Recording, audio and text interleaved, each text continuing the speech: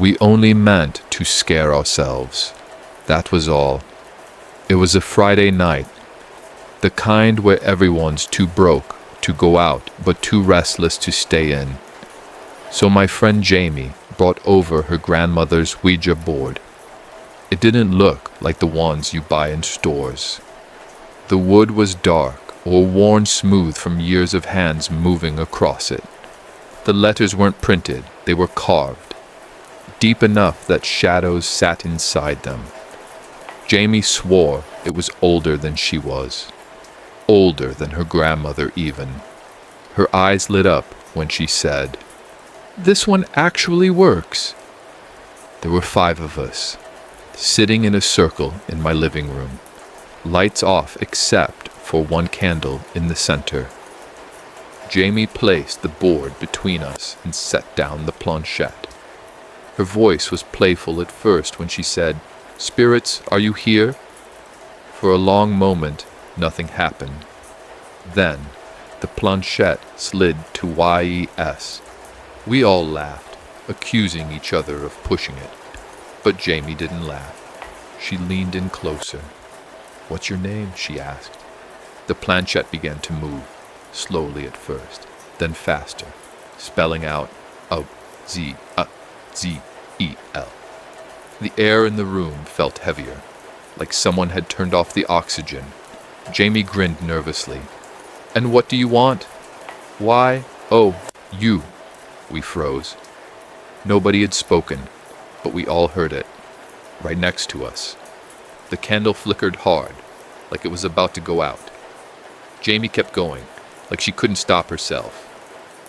"Where are you from?" she asked. The planchette shot to the letters, faster than we could keep up. B-E-H-I-N-D. We turned. There was nothing there, but the candlelight didn't feel like it reached the walls anymore. Jamie's hands were trembling, but she didn't take them off the planchette. Her voice was smaller now. "What do you want from me? T-O-W-E-A-M-E."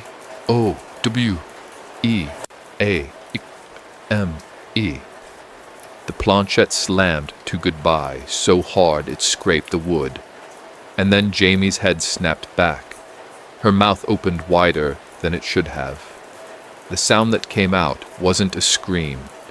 It was a breath, like something was inhaling through her. Her eyes rolled back, and for a second, I swear I saw blackness moving under her skin, like ink spreading through water. We all backed away, but she moved faster than I've ever seen her move. She threw herself at the floor, twisting her body, screaming in a voice that wasn't hers. The candle knocked over. Sparks flew. Smoke filled the room. I tried to hold her, to stop her, but her strength was inhuman. Her hands tore at the carpet, the walls, anything in reach. She screamed my name, but it came out in fragments, like someone else was controlling her. "I must see you." By the time the others and I managed to call the police, Jamie was barely breathing, muttering words none of us could understand. Her body convulsed violently, eyes still black, voice deep and guttural. When the ambulance arrived, I don't even remember how we got her on the stretcher, but she was gone from us. The paramedics said she was in shock, delirious. They admitted her to the psych ward for observation.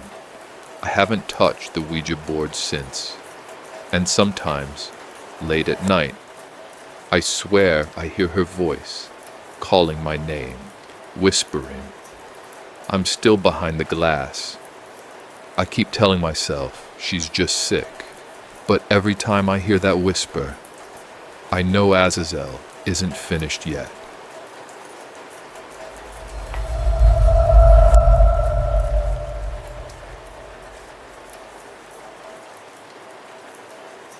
I used to have brown eyes. I don't anymore. It began with the dreams. Dark places I didn't recognize. Shapes moving just outside the light. At first, I thought they were just nightmares, brought on by stress. But the strange thing was, I wasn't me in those dreams.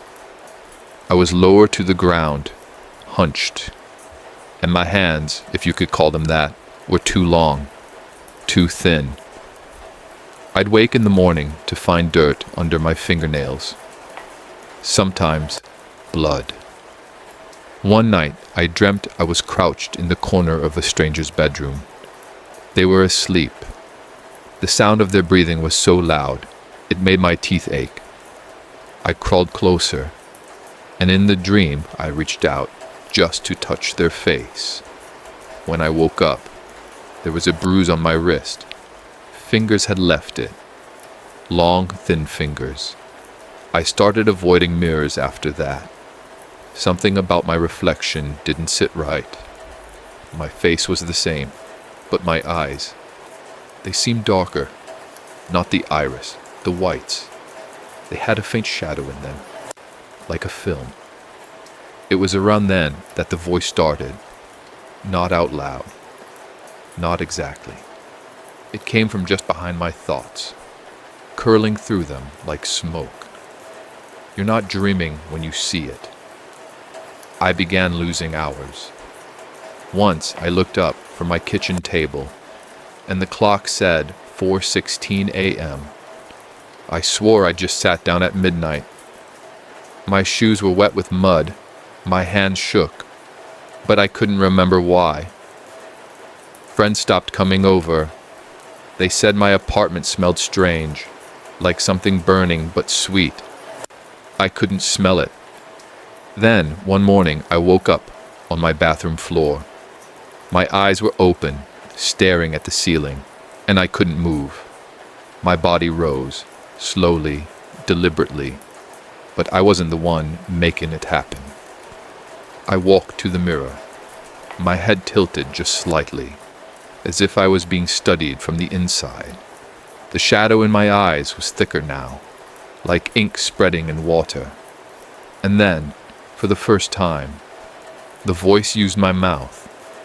It smiled, my lips stretching wider than they should, and said, "I like these." After that, it stopped hiding. I'd wake up to find myself standing in the street at night, barefoot, staring into windows. Sometimes there were people inside. Sometimes they woke up and saw me. One night, I came to an alley with something heavy in my hands. I looked down.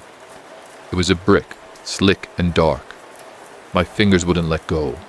They didn't even try. The voice wasn't whispering anymore. It was laughing, and the laugh was mine. I decided to fight it. I set up cameras in my apartment, hoping to catch whatever was happening while I blacked out. That night, I chained myself to the bed. At 2:47 a.m., my eyes opened. I felt them open.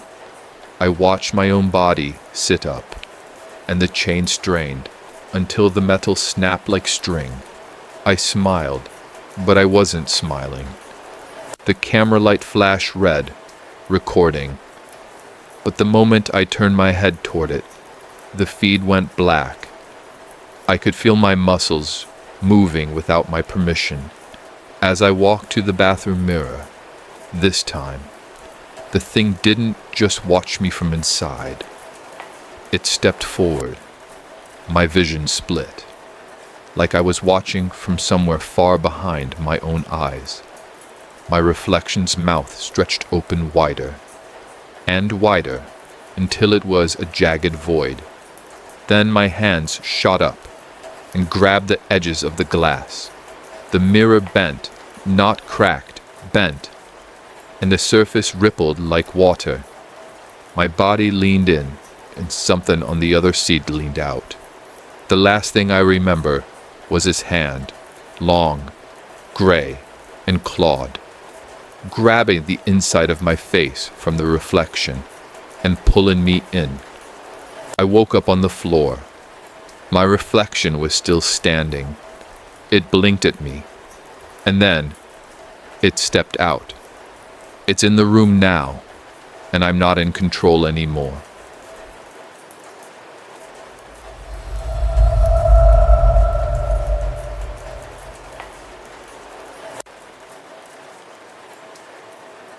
We thought moving into the old house would be a fresh start. A quiet place, far from the city, far from everything.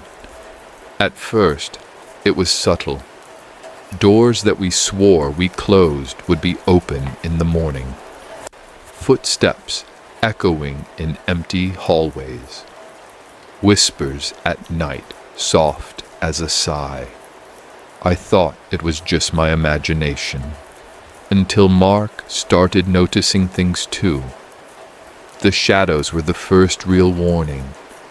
Dark shapes that flitted across corners of rooms, always just out of focus, like they didn't want to be caught. Then the furniture started moving. A rocking chair in the living room, swinging violently when no one was near it.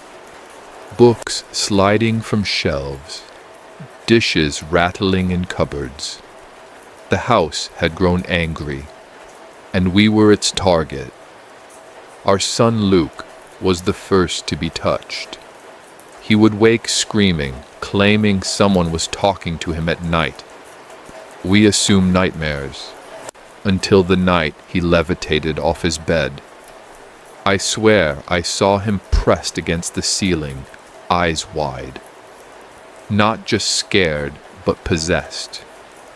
You shall not hide. Mark wanted to leave. I wanted to leave. But pride, disbelief, a stubborn hope it would end, kept us there. The weeks passed. Luke became distant, violent, unpredictable. Furniture cracked under his weight when he slammed into it. We tried doctors, therapists, anyone who would explain it rationally. No one could, no one understood.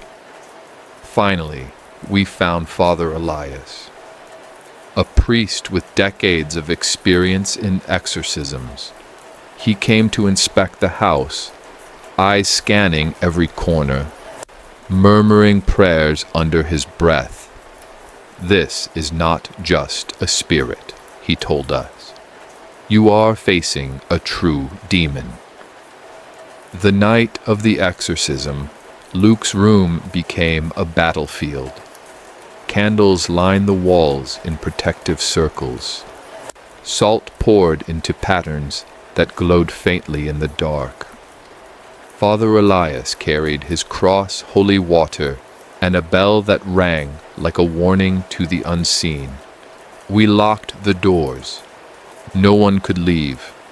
No one could help.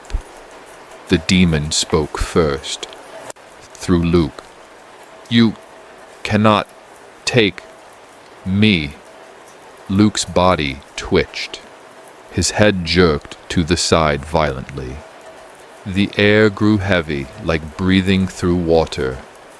The candles flickered, shadows dancing across the walls like living things. Father Elias began chanting in Latin. The demon shrieked. Glass shattered across the floor. Books flew off shelves.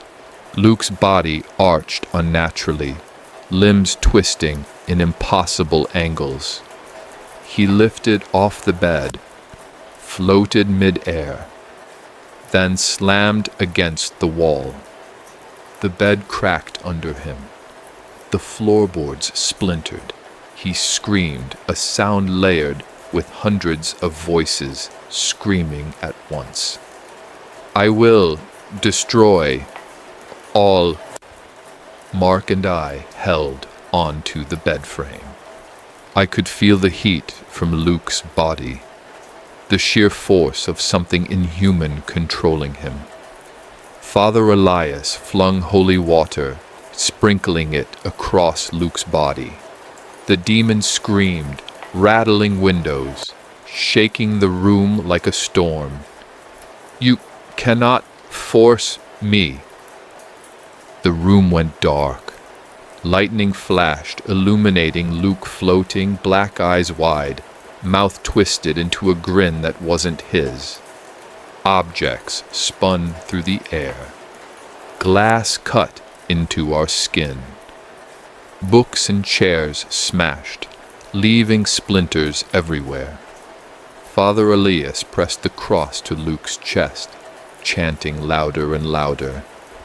The bell rang violently, echoing off the walls. I controlled all. I watched him lift off the floor again, slam into the ceiling, then crash down, shattering part of the bed frame. The room smelled of sulfur, burning flesh, and despair. Mark tried to hold him, but he was like holding a hurricane. Father Elias shouted prayers, calling for the demon to leave in the name of God. The demon fought back with everything it had, screaming, tearing, hurling objects, shaking the room like a tornado. Luke's body twisted unnaturally, floating, slamming, shrieking, and then the final scream. A sound that rattled my bones, echoing like thunder, shaking the very foundations of the house. Luke went limp. His body collapsed, eyes black and empty, staring at the ceiling. Father Elias sank to his knees, exhausted, trembling. We tried to wake him, to bring him back, but he was gone. The demon had been expelled, but it had taken everything with it. The room fell silent. The house seemed empty, hollow, but I swear, sometimes at night I hear the whispers, "You will never forget." We left the house the next morning. Luke was gone. We never returned, and I know, deep down, that demon is still out there, waiting, watching, for the next family foolish enough to open its doors. At Luke's funeral, we tried to find some peace. We tried to say goodbye. We tried to let him go. But as we stood there, the wind blowing through the cemetery, shadows darted across the grave markers, the same dark shapes that had haunted our home from the very beginning. They ran across the ground, across the trees, across the empty spaces between us, and I could see it in everyone's eyes, the same terror, the same knowing.